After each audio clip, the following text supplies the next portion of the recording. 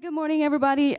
So my study is about, I did a case study of the San Antonio Express News coverage of the Spurs Game 5. I mean, in the paper, I call it the championship game.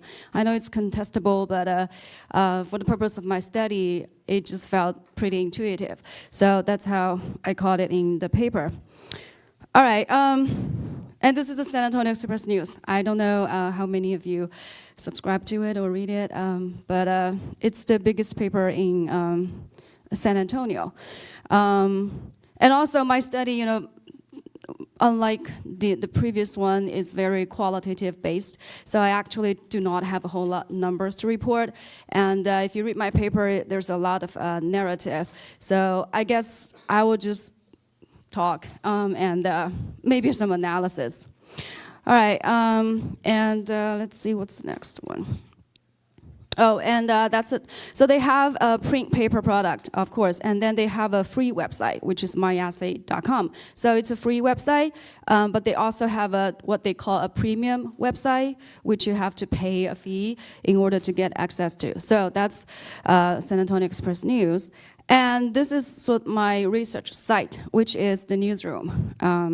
And I spent about 8 weeks there for a summer research grant project, and this is just part of the findings that I was able to get from that 8-week field research.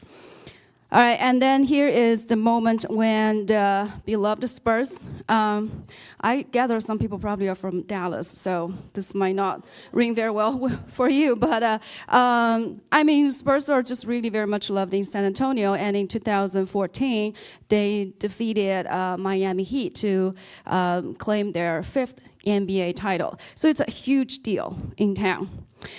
So why am I doing this? First of all, I really want to see how the real-time coverage was unfolded, by a legacy media organization. San Antonio Express News has been around for over 100 years, and so how are they sort of like tapping to the new trend and get that done? And with that, I try to the concept of omnipresent journalism as sort of like maybe a new model to understand the operation of a legacy news organization.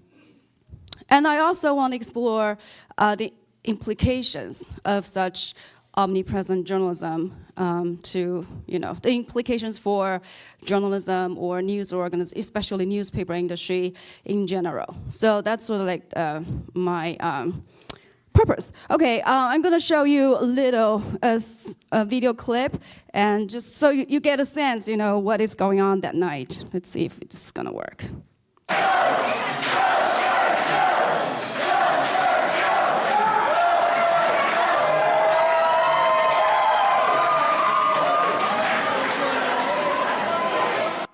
So you sort of like get a sense of the frenzy of that night. This is the sports bar where I was accompanying a San Antonio Express News reporter. So we went through the whole thing.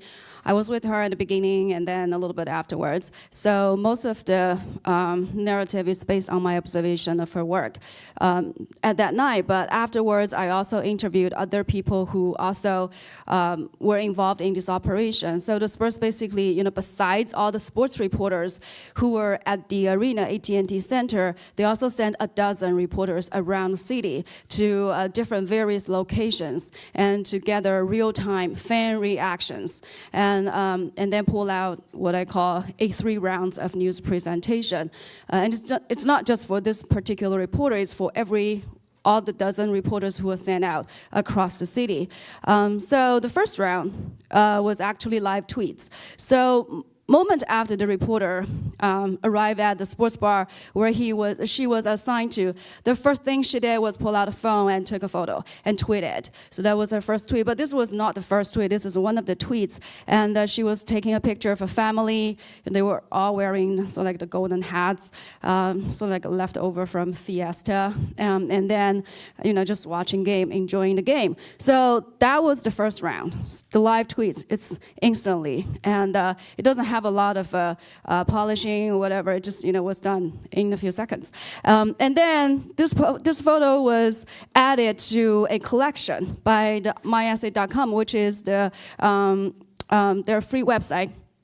So it was added there together with many other photos gathered from around the city, and has a slideshow, and they also have something called vignettes. So it almost is like a live blogging. So each of the reporters, they will send live tweets, and then they will also type up, these kind of like a couple of hundred words of small mini stories, and then a web editor will collect them and pull them together and post it on the website. And these are all during the game. This is not like afterwards. So it's sort of like real time. And then of course, the last thing they did was they will collect the best vignettes, pull out material from the best vignettes.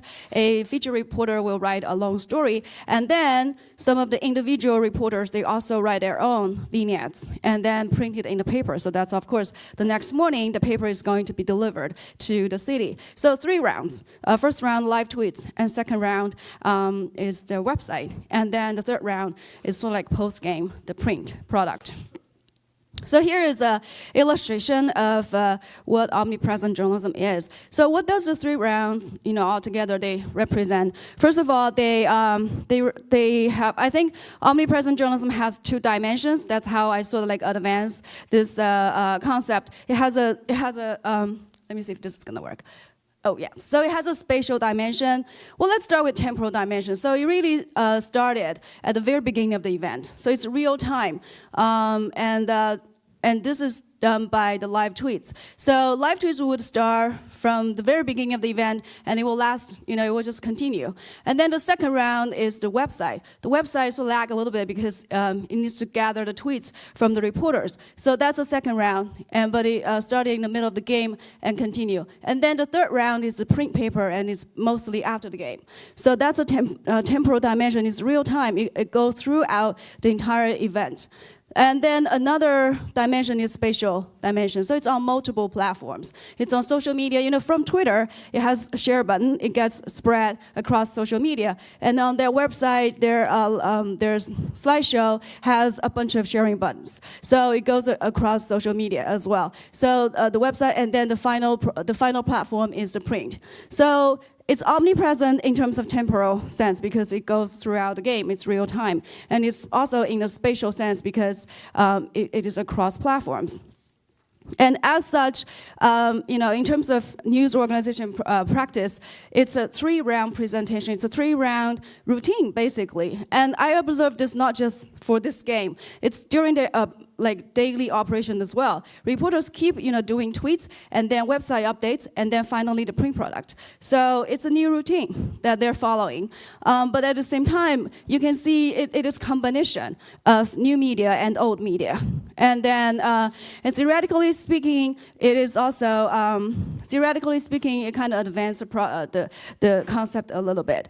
So, and then implications. First of all, it just laptop is out, mobile is in, because most of the stuff that's done by the journalists, it's just all on mobile phones. And this is my class, and they're practicing mobile journalism.